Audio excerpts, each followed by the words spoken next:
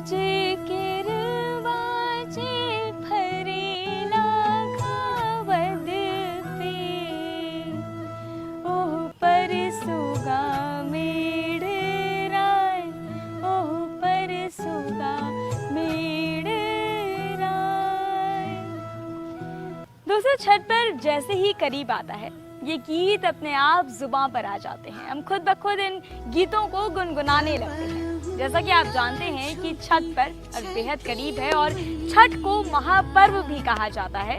तो ऐसे में दोस्तों, छठ के गीतों की महत्वता भी काफी ज्यादा है।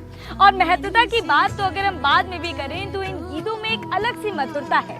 जो अपने आप ये गीत सुनते हैं तो दिल में कुछ कुछ होने लगता है। बाकी दोस्तों, कहा जाता है कि डूबतो सूरज के जे पूजे वो बाटे बिहार हमार। तो दोस्तों, अब ये डूबते सूरज को जो पूजने की प्रथा है, जो ये पर्व है, अब ये केवल बिहार में नहीं, यूपी नहीं बल्कि पूरे भारत में, और भारत में नहीं बल्कि पूरे विश्व में, विदेशों में भी मनाया जाने लगा है। गंगा और यमुना के घाटों से निकलकर ये श्रद्धा की अविरल धारा अब विदेशों तक पहुंच चुकी है। विदेशों की झीलों में, लेक्स में और नदियों में अब ये पर्व मनाया जाता है। दोस्तों, छठ पर्व अपने आप में एक बहुत बड़ा पर्व है, क्योंकि ये पर्व बहुत कठिन भी होता है। और काफी कठिन इसलिए होता है क्योंकि काफी साफ सफाई का ध्यान रखा जाता है। इसके अलावा महिलाएं जो हैं लगातार 3 दिन तक भूखी प्यासी निर्जला व्रत रह करके सूर्य की उपासना करती हैं। तो इस पर्व के बारे में आइए आपको सारी जानकारी देते हैं। अमेरिका की क्वारी झील तक पहुंच चुकी बिहार से शुरू हुई ये परंपरा अब सिंगापुर, अमेरिका, रशिया तक पहुंच चुकी है। आस्था का महापर्व छठ की महिमा निराली है। छठ का त्योहार सदियों से बिहार वासियों के मन में अपनी मिट्टी और संस्कृति के प्रति लगाव और महान आस्था का संगम है। ये पर्व दिवाली के छठे दिन मनाया जाता है।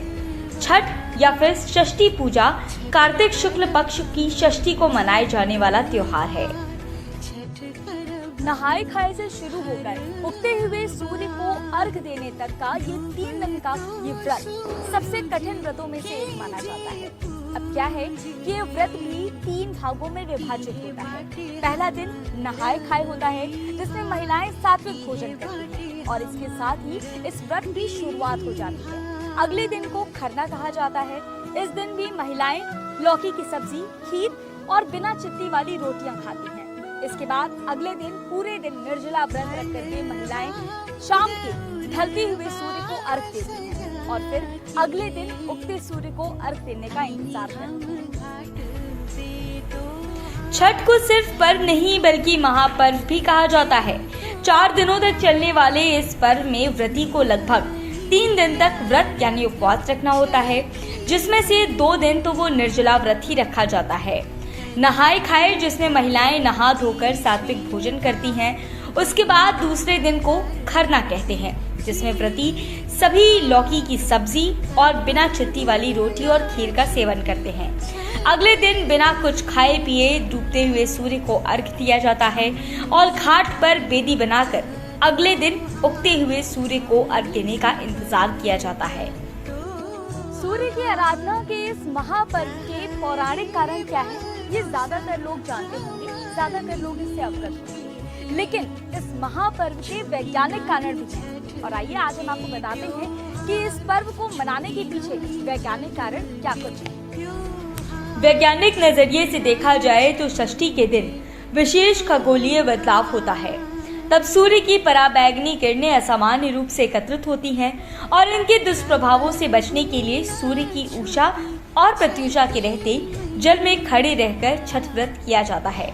चतुर्थी को लौकी और भात यानी चावल का सेवन किया जाता है, जो कि शरीर को व्रत के अनुकूल तैयार करने की प्रक्रिया का एक हिस्सा होता है। पंचमी को निर्जला व्रत के बाद गन्ने के रस और गुड़ से बनी खीर पर्याप्त ग्लूकोज की मात्रा को सृजित करती है। छठ में बनाए जाने वाले अधिकतर प्रसाद में कैल्शियम की भारी मात्रा मौजूद होती है। भूखे रहने के दौरान उपवास की स्थिति में मानव शरीर नेचुरल कैल्शियम का ज्यादा उपभोग करता है। ऐसे में प्रकृति में सबसे ज्यादा विटामिन डी सूर्योदय और सूर्यास्त के समय होता है और अर्घ का समय भी यही होता है। यानी अगर देखा जाए तो शरीर को पर्याप्त विटामिन डी मिल जाता है। इसके अलावा अदरक व गुड़ खाकर इस पर्व को समाप्त किया जाता है। साइंस के अनुसार उपवास के बाद भारी भोजन हानिकारक होता है, इसलिए महिलाएं अदरक और गुड़ खाकर पर्व को समाप्त करती हैं। छठ महापर्व की अगर पौराणिक मान्यताओं के बारे में बात की जाए तो ऐसा कहा जाता है कि इस पर्व की, इस व्रत की शुरुआत सबसे पहले माँ सीता ने की थी। माँ सीता ने भगवान श्री राम के लिए ये व्रत किया था, क्योंकि भगवान श्री राम ने जब रावण का वध किया था तो रावण के वध से पाप मुक्त करने के लिए भगवान श्री राम को सीता माता ने ये व्रत किया था।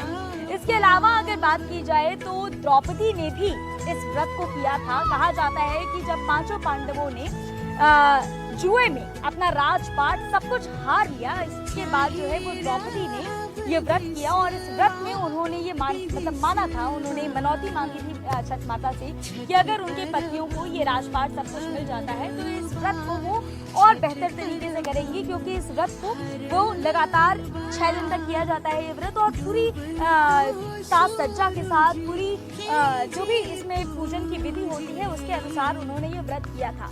और अंत आपने देखा कि किस तरीके से पांडवों को उनका राजपाट भी मिल गया और प्रभु श्री राम को रावण की हत्या से उन्हें पाप मुक्ति भी मिल गई। तो दोस्तों, ये कहा जाता है कि छठ पूजा जो भी करता है, वो जो भी वर मांगता है, जो भी उसकी मनोकामना होती है, वो पूरी जरूर होती है। इसी व्रत को आज बिहार वासी ही नहीं बल्कि देश विदेश में भी लोग इस व्रत को पूरी धूमधाम के साथ, पूरी श्रद्धा के साथ और पूरी विधि विधान के साथ जो है वो पूर्ण करते हैं। तो आप सभी दर्शकों को छठ पर्व की ढेर सारी शुभकामनाएं। बने रहिए यूपी न्यूज़ 18 के साथ, देखते रहिए यूपी न्यूज़ 18। नमस्कार।